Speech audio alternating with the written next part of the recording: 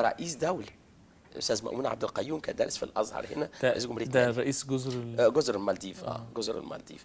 فالحقيقة أنا بتشرف بأن الموسيقى تلعب وتقود الأمم ورقي الأمم في الموسيقى الحضارية، وليست الموسيقى اللي هي المبتذلة نسمعها الرخيصة التي تسبب عسر الهضم. أنا ليا كتاب، والكتاب مشهور ومعروف، اسمه العلاج بالموسيقى والغناء، وليا كتاب، وفي كتاب تاني كيف تتعلم الغناء والموسيقى. أنا ليا بعض المؤلفات موجودة وتصدرها جرائدنا القومية. إن هذا الكتاب بيقول إن ببساطة شديدة جدا، لو أنا حبيت إن أنا أرتقي بالموسيقى، لو حبيت أتعلم بالموسيقى. زمان كانت أمي أو كل أمهاتنا يعني اللي في سننا كده يعني ما كانتش تتجوز إلا مش من غير تلفزيون بقى، لا، بالبيانو. تتفاكر حضرتك الحاجات دي، أو الجرامافون زمان. إذن أن الموسيقى فن راقي. وحتى لا أطيل على السادة المشاهدين، احنا معانا الأستاذ النجم إيهاب، الله يكرمك فندم، الله يكرمك، وهنستمتع بالحلقة. انت أستاذي، العفو، وبالبرنامج ككل. هنقعد كي لا يعني يرفضنا الريموت كنترول اللي بيقلب القنوات، لا، احنا هنعمل سسبنس دلوقتي، جذب، ونسمع حاجة من إيهاب. بتسمعنا بقى إيهاب على عيون القلب كده، ممكن تسمعنا؟ عينيا حاضر. يلا.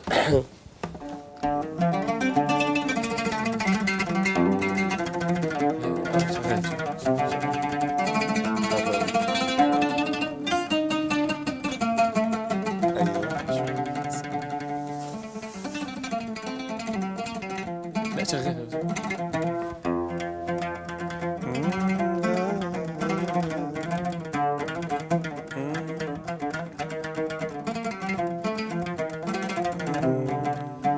عيون القلب سهرانة ما بتنامش،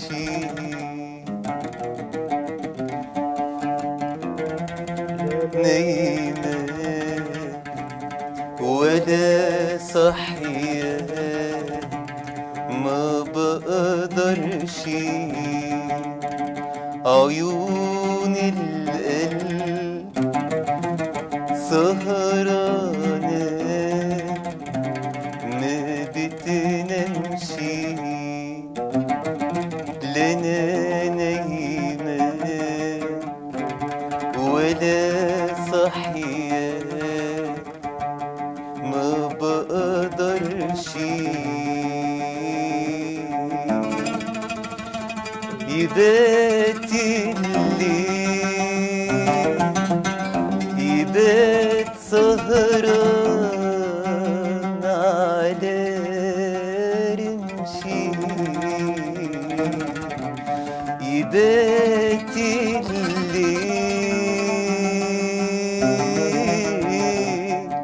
يبات سهران على رمشي،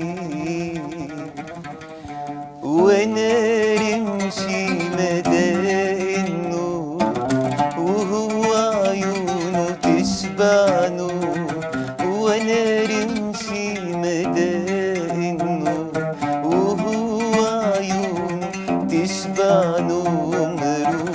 روح يا نور من عين حبيبي، روح يا نور.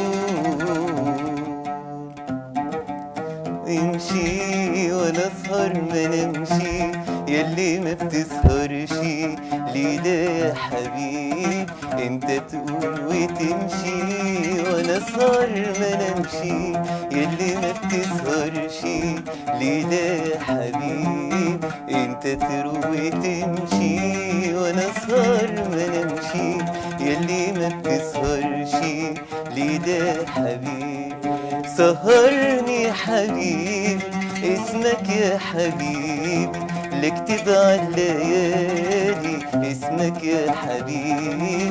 سهرني حبيبي اسمك يا حبيبي، لكتب عالليالي اسمك يا حبيبي.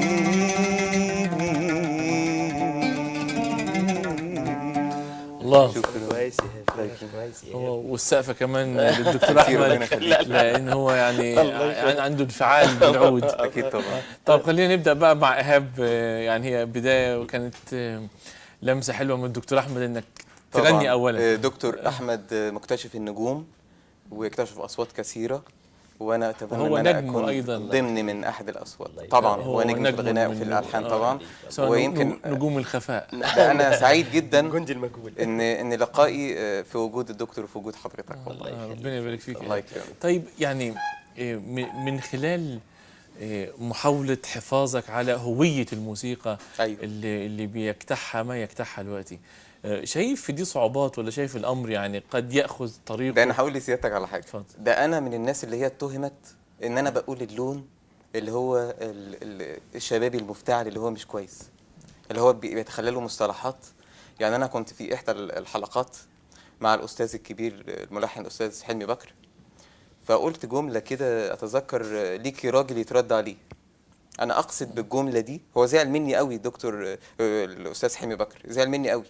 أنا أقصد بالجملة دي إن ليكي راجل يترد عليه. أنا عايز أرجع صورة الرجل الشرقي اللي هو بقى مستأنس في وقتنا هذا. لا، ليكي راجل يترد عليه دي كانت إحدى كلمات أغنية. كانت إحدى كلمات أغنية كنت بقول ما كملناش كلامنا، ما فهمتش عايزة إيه، عموما ليكي راجل يترد عليه. يعني أنا مش عاوز إن البنت تاخد قرارها من نفسها، رجل والدها أخوها الكبير، يعني عاوز أرجع صورة الراجل. فهو اتهمني إن أنا بقول كلام مبتذل، لقيته بيقول لي ده كلام، ده كلام. ويمكن الحلقة نزلت على الإنترنت والناس أخذت عني فكرة إن أنا بروج لمثل هذه الأغنيات اللي هي، رغم إن أنا بحارب دي وبزعل لما بلاقي بعض اللي بيتقال من الأفلام كلها بقت تجارية وأفلام مقاولات، كلها بيتخللها المنتج عشان يتعجل الربح السريع، يعمل أغنية ويجيب يعني بدون ذكر أسماء، يجيب فلانة تأدي، يعني أنا أكون مهذب في ألفاظي، فلانة تأدي رقصة استعراضية وفلان يغني وخلاص، خلصت على كده. ولكن إيه اللي بيتقدم، إيه المحتوى مش مشكلة، المهم إن أنا أروج للفيلم. اللي وصفه الدكتور أحمد بالرقي يعني. طبعا انحدار. بص يا فندم، إن لم ترتقي الموسيقى بالذوق العام أصبحت معدومة، يعني قلتها تبقى. ايه اسباب الانحدار ده يا دكتور احمد؟ والله يعني ليه المساله في انحدار نعم يعني حتى نعم مش في انحدار ثابت؟ نعم لا، ده في انحدار مستمر. نعم. طبعا هو في تأثيرات سلبية من المجتمع في الظروف الاقتصادية والظروف اللي احنا ايضا الظروف الأمنية. ايضا الظروف الامنيه دي عليها عامل كبير جدا في الموسيقى. يقول لي ما هو الرباط، اقول له ده رباط شديد جدا جدا. حتى دلوقتي ما بخش حتى فرح، من اول فرح بلدي لحد فرح في فندق او فرح شيك لحد فرح ده، الاقي ان حتى الشباب في التعبير الحركي اللي بيسموه الرقص الشعبي دون، في حده، في غلظه، فين الرومانسيه؟ فقدنا الرومانسيه، في عنف. يعني هي رجولتي ما تظهرش الا من خلال العنف؟ لا خالص. وده مكتسب مما هو ليس الشديد معروض على بالقوة. الشاشه. نعم، ليس الشديد بالقوه، الشديد من يملك نفسه وقت الغضب. ده الشديد، ده اللي بيبتسم بيبقى ده اكبر قوه، وهو الكاظمين الغيظ مثلا والعافين عن الناس. هنا في الكلام اللي بيقوله الاستاذ ايهاب حبيبي، ان الرباط ما بين الكلام الاسفاف والكلام اللي فيه زهرة روش، ايوه عم يطحن، مصطلحات جديده في الكلام. يعني طبعا ده نتيجه الذوق. طب ايه اللي حضر الذوق ده؟ عدم اللي هي العلم، او ان انا بسمعه موسيقى على طول فيها اسفاف اسفاف اسفاف. طب يعني ما تعالى نتجه شويه، نسمع شويه ام كلثوم، عبد الحليم، عبد الوهاب، اللي بيتعلموا منهم الأجيال السابقة والقادمة أيضا، يعني إن شاء الله دول فيهم رقي. بس أصبح في رفض للأسماء الكبيرة اللي حضرتك ذكرتها دلوقتي من قبل الجماعات من الشباب، يعني أخذت على الرداءة اللي بتسمعها، فيقول لك يا عم احنا لسه هنسمع دول. ايه اللي وصل القطاع ده؟ طب ده بعد اقتصادي ايه؟ ده لسه يعني طلبة في مدارس وجامعة. لا، ما هو يعني أنا نتيجة يعني وفي منهم برضه، ما هو يا دكتور أحمد من هو يعني يمكن مش حاصل على قسط وافر من التربية، من التعليم بس كمان عنده أيضاً. يعني نعم. حاصل على قسط وافر من المادة مثلا، نعم. ولكن نعم. هي المادة تسبب له انحدارا مستمرا في نعم. الذوق. نعم. هو صحيح الذوق العام بينحدر، نعم. لكن برضه بشكل أكبر إن يعني القطاع عريض من الشباب برضه ذوقه بينحدر. نعم، ولكن هذا ليس في كل الأوقات، ولكن أنا بس باخد عينة من الشباب، حتى الطلبة اللي بيجوني يدرسوا غنى عندي أو يقول لي أنا نفسي أنجم، سمعت حضرتك طلعت مثلا محمد فؤاد وطلعت النجوم، أنا عايز أبقى كده وعايز أقول له أنت بتسمع مين؟ تسمع مش عارف المخلص واخلص والحاجات دي، ايوه يا عمي، لا مش ممكن ده طبعا، ده مش غنى خالص، توتر عصبي ده ضغوط نفسيه وعصبيه. لا يقول لي لا والله احيانا بسمع ام كلثوم. قلت له بتسمعها امتى؟ قال لي لما برجع اكون تعبان من الشغل، ده اذا كان في شغل يعني، او ده انا بتكلم عن الطبقه الدنيا او طبقه العمال والصنايع، اقول لك وانا بشتغل سواء انا نقاش او صنايعي بحب اسمع ام كلثوم قوي، بسمع. قال لا طب ما انت بتسمع هو عندك رقيه، يقول لك بس بروح في الحته الفلانيه اتاقلم بقى بالناس اللي هناك، يعني بما معناه يعني انه هو هنا تاثر ومؤثر وملقي ومتلقي. تأثير وتأثر. نعم، وملقي ومتلقي. ما هو لقى في فن هابط في الحته الفلانيه. كان زمان في حوالي، عشان حضرتك تطلع في التلفزيون، في 6 لجان تطلع عليهم. الاستاذ انا بتشرف بتكلم حتى عن صاحبي واخويا محمد فؤاد، 6 مرات او 7 مرات يسقط عشان يطلعوا نجم زي نجم محمد فؤاد ده، يبقى نجم كبير وله اسمه وله سمعته، ما طلعش من فراغ، ده تعب وشقى. انما دلوقتي اي حد عايز يخش على النت واطلع اطبع اغنيه شوط زيح، لا يلا طلع في الاذاعه زي ما انت عايز، طلع. في تعجل في النجوميه. اين اللجنه الموحده؟ اين الرقابه؟ لا، ما هو لازم برضو يكون في رقابه. احنا هنا فقدنا الرقابه. دلوقتي انا ما ينفعش اقول كنت فاكر انا بغني اغنيه مشهوره زمان وهفكركم بيها، وبعدين هقول لكم استوقفتني الموضوع ازاي. بتقول 3 بس، قلت عشانهم انت وبس، 3 بس، قلت عشانهم انت وبس، قلبك لما لمحته ينادي تارت تارت تارت، طب عينك زي الورد النادي تارت تارت تارت تارت، روحك وجمالها مش عادي، قلت عشانهم انت وبس، بس بس بس 3 بس، قلت عشانهم انت وبس. الناس افتكروني هنا بغني 3، يعني حاجة معنى مش كويس، وجابتني اللجنة يعني ايه 3 بس. فأقنعتهم أنا بغني الأغنية دي 3 فيها صيغة مبالغة، ودي أنا بغنيها أغنية البلدي. بقول لها يا ام القلب الصافي الطيب، لما يحس جراحي طيب، اطلبي قلب انا اقول لك طيب، قلبي بحاله عشانك بس بس بس بس، 3 بس. 3 حاجات اللي بحبهم فيكي يا مصر، بس ما انا ما قلتش يا مصر. ده اللجنه جابتك عشان 3 بس. لجنة عشان ازاي انا اقول 3 بس اللجنه. شوف بقى اللجنه دي فين دلوقتي؟ شوف دلوقتي بيتقال اللجنه دي فين دلوقتي؟ يا خلص ويا عم. المشكله مفيش رقابه دلوقتي. هو ده بقى كده. وكان اللجنه دي بيرقصها الاستاذ ابو شادي، ودفعوني فلوس. لا الكلمه تحذف، وتحذف. لا طيب قعدنا جابوا لجنه، شرحت لهم انا قصدي ان انا دي البلدي، وانا ما بحبش واحده، انا بحب كل عشقي وغزلي في بلدي. ولذا الاغنيه يعني الحمد لله دلوقتي بقت من الاغاني اللي موجوده، عاملين اعلانات وعاملين كل حاجه، ودي تعتبر موروث شعبي يعني. صحيح. نعم. واليابان خدتها وحطتها على الكيبوردات بتاعتها. يعني احنا بنطالب بعودة اللجان مرة أخرى. الرقابة. عودة الرقابة. الرقابة على المصنفات الفنية هي التي تبيح وتجيز هذا الكلام الخادش للحياة، أم هذا هو الكلام تسمعه؟ تجاوز كمان تعقيبا لكلام الدكتور أستاذي، الموضوع كمان تجاوز موضوع غناء فقط، ده اتجه دلوقتي للسينما. يعني احنا بنشوف دلوقتي مشاهد مبتذله، مشاهد اباحيه، زي ما بنشوف كلام اباحي مش مظبوط، ما ينفعش ان انا اسمع الكلام دوت. لما يكون النشء الصغير، الناس اللي هي لسه طالعه على الدنيا صحيح. 12 برافو. 13 سنه، يسمع مثل هذه المصطلحات والمفردات السيئه القبيحه، دي تبقى مؤثره للناس. يعني الجيل اللي طالع يطلع على يعني انحلال، يبقى يعني مش على خلق. واحنا عايزين نطلع النشء. يعني زي ما حضرتك قلت تعقيبا لكلامك، حضرتك قلت حته مهمه قوي، ان الناس بقى عندها نوع من التوتر. يعني ما بالك من الفضائيات اللي هي كل شويه بتتكلم عن الثوره المكلمات. والحاجات. ما بالك بقى الاغنيات كمان بتكمل. فالمواطن المصري بقى مخنوق، على وشك الانفجار. بقى مخنوق، لازم المطرقة نرفع عنه. والسندال يعني. يعني انا يا فندم عملت اغنيه، لما لقيت كل واحد بيطلع ده يقول لك ايه، انا ليبرالي، واحد تاني يقول لك انا من حزب الوسط، مع احترامي طبعا لجميع الاحزاب على راسي من فوق.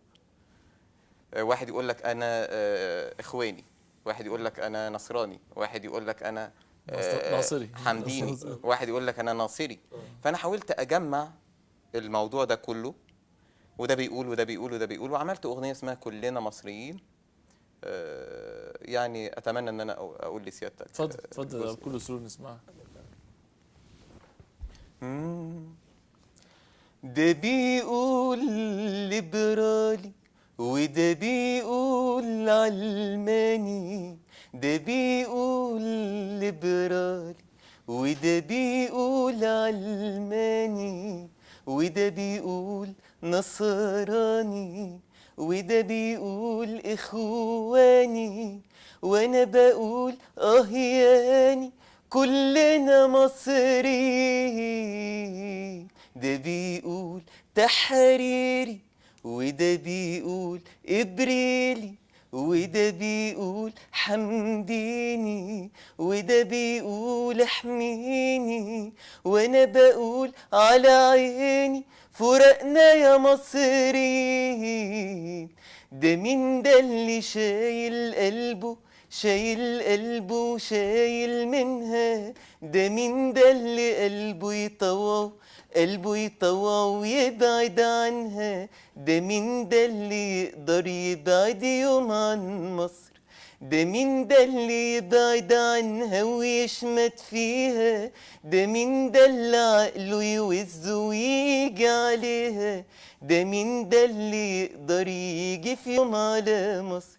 ده بيقول ليبرالي، وده بيقول علماني، وده بيقول نصراني، وده بيقول إخواني، وانا بقول ياني كلنا مصريين. ده بيقول تحريري، وده بيقول إبريلي، وده بيقول حمديني، وده بيقول احميني، وانا بقول على عيني فرقنا يا مصريين، فرقنا يا مصريين. الله. جميل لا عنده لا حلو يعني جداً. الإحساس مع أكيد، مع جمال أكيد، الصوت أكيد. طبعا حلو. بيكون له لا، إيقاع حلو. آخر. لا أكيد. نعم. طيب التواصل الحضاري والموسيقى وما نعم. تلعبه من دور هام في هذا المصطلح الضخم الذي نعم. يطلق في الصباح وفي المساء. نعم. طيب لكن احنا برضو شايفين في يعني أزمات في العالم العربي لم تنجح الموسيقى كقوة ناعمة في حلها. فهل هناك سوء توظيف للموسيقى في مهامها ورسالتها، يعني أم أن بعد الشعوب عن الذوق الرفيع العام هو السبب الأصيل؟ عشان انا ما اكونش حاكم ظالم، لا انا عايز اقول ان في بعض البلدان العربيه تستخدم الموسيقى كمصدر اقتصادي وكمصدر مصدر مش بس ثقافي وكعلمي، لا بتوظفها توظيف صح. مش عايز اقول اسماء عشان ما يبقاش الاحراج وما نحرجش. احنا كنا نعم لا احراج لنا، لان احنا كنا بنقود هذا العالم.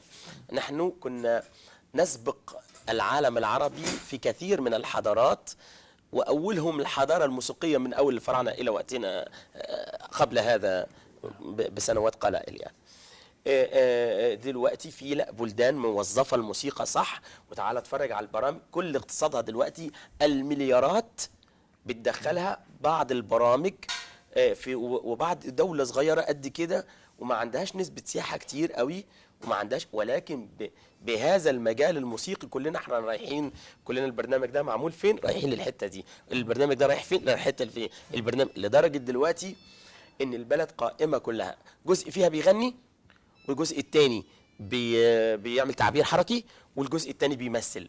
البلد دلوقتي كل اللي بيشتغل فيها كلهم بقى فنانين، قلبوا كلهم بقى فنانين هذه البلد. لا انا عايز اقول ان الموسيقى إذا أردت أن تعرف حضارة أمة فاستمع إلى موسيقاها، ولكن نحن في مصر مش مدينها أو أهملنا الجانب الفكري الثقافي الموسيقي مع وجود الكثير من الفنانين العمالقة بجد بجد قاعدين في بيتهم ما بيشتغلوش عشان الظروف. شيء محزن.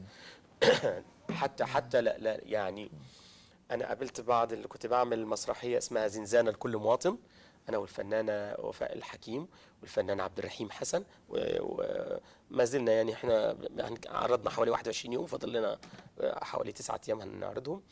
ولكن أنا كنت بتفرج على الناس وأنا بقول يعني كل ما أقول عشقك يا بنت الإيه عفريت بياخدني مني واروح فتافيت، عشقك يا بنت الإيه عفريت بياخدني مني واروح فتافيت، ياخدني من حارة لشارع بزور كنيسة وبزور جامع، ياخدني من حارة لشارع بزور كنيسة وبزور ياخدني من حارة لشارع بزور كنيسة وبزور جامع، وبنطلق في الليل حواديت عشقك يا بنت الايه عفريت. الله الله الله الله يا دكتور. كنا خايفين اللجنه تيجي تقول عفريت قصدك طبعا طبعا لا دي لغه. طبعا الكاتب الكلام الاستاذ ابراهيم الحسيني الشاعر الجميل اللي اخذ السنه دي جائزه افضل شاعر على مستوى العالم العربي، استاذ ابراهيم الحسيني، الاشعار بتاعته والسيناريو بتاعه. طبعا عشقك يا بنت الايه عفريت دي اكبر غزل وصيغه تعبيريه في حبي لبلدي. يعني تخيل البلد تخيل ان جواه عفريت بيحب بلده. ويعني انا كنت في احدى الدول برضه بقول ايه، والله سكان البلد دي كان بيحبوا مصر وغير مصريين هم، وبيحبوا مصر يمكن اكتر مننا.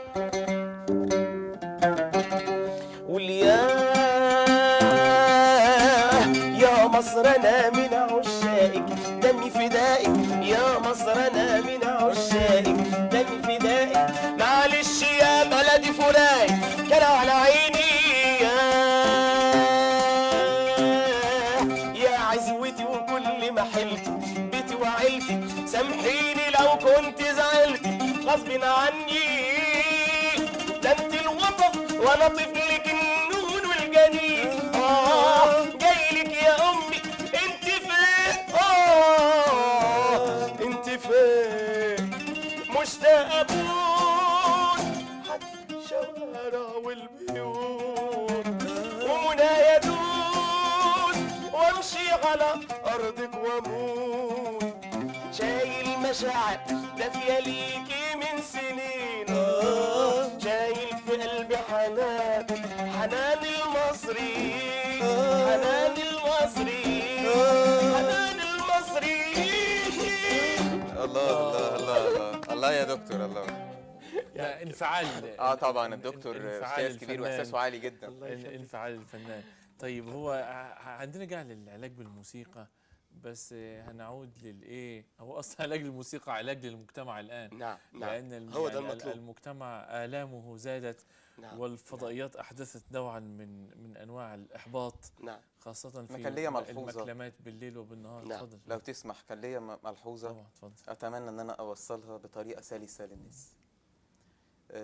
بعض الفضائيات او تكاد تكون يعني معظمها بتسرد الجانب الاسود للناس حتى في البرامج الصباحيه. يعني احدى المذيعات على قناه بدون ذكر اسماء جايبه ورقه وقلم، البرنامج ما بيبقاش لايق اشراقه صباح يا فندم، جايبه ورقه وقلم وجايبه واحد على التليفون من حزب الوسط او من حزب الاخوان، وبتقول له ايه، قول لي على انجاز واحد عمله الحزب بتاعك. الرئيس، قول لي على انجاز واحد، وجايبه ورقه وقلم. فالراجل بيقول لها لسه ده، يعني لسه الرئيس بقى له فتره بسيطه ولسه بيحاول ان هو، وفي موروث ثقيل. وهو فعلا هو ده حقيقي. الرئيس معهوش عصايه علي بابا بيضرب ينزل فلوس. لا بس انا هو في موروث. أنا استوقف اتفضل. حضراتكم هنا يعني انا يا ابقى قادر يا غير قادر، لا اقول لحضرتك انا هقدر اصنع الكتاب ده وهصنعه في 50 يوم. لو ما صنعتوش في 50 يوم لازم تحاسبني. لا بس ما يكونش ولا في عقد قوة شريعة مضادة لحضرتك. لا وحتى يعني لو ما يكونش في، يعني حضرتك بتحاول هو تعمل دي حاجة هي دي وحد هو بيزقك. هستسمحك بقى ان هي دي سر تاخرنا، لان انا لفيت تقريبا 3/4 العالم تقريبا، وشفت قد ايه المصريين ناجحين بره يقول لك معلش اصل، كلمه اصل ومعلش هي دي سبب تاخرنا.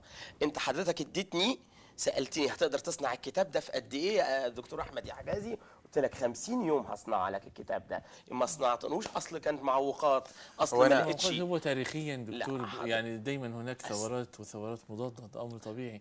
لكن هو طبعا في سلبيات، ده حاجة وأنا ما لو فيهاش تسمح لي، ذكر. بس ايهاب يكمل طب ما انا بس اختلف مع استاذي الدكتور في هذه لو يسمح لي بالاختلاف. اتفضل. لا بقى الاختلاف يا أستاذ لان ضد لان طبيعي. هقول لسيادتك على حاجه، ما ينفعش ما افسده نظام سابق في 30 عام، طيله 30 عام، ان انت تصلحه في 9 شهور، قول سنه، في سنه. والله ليه بقى؟ هقول هم لسيادتك. اكتر من 30 بص يا عام فندم، عشان بص يا فندم، ما انا نظلمش جاي 30 سنة انا جاي بس. ماسك دوله الاقتصاد طب كان منهوب. خلينا ندخل بس في حكايه اتفضل. المذيعه اللي ماسكه الورقه المذيعه والقلم. المذيعه ماسكه ورقه وقلم وكانها داخله في تحدي. يعني انتوا يعني وريني عملت ايه. وريني ايه اللي انتوا عملتوه، وقول لي على انجاز واحد وانا اذيع للناس حاجات كويسه. قول لي على انجاز واحد. فالراجل بيقول لها الرئيس كان في سفر للبرازيل وبيحاول ان هو يفتح سوق تجاري وبيدر يعني مبلغ، وبيحاول ان هو يفتح مشاريع وكده واستثمار.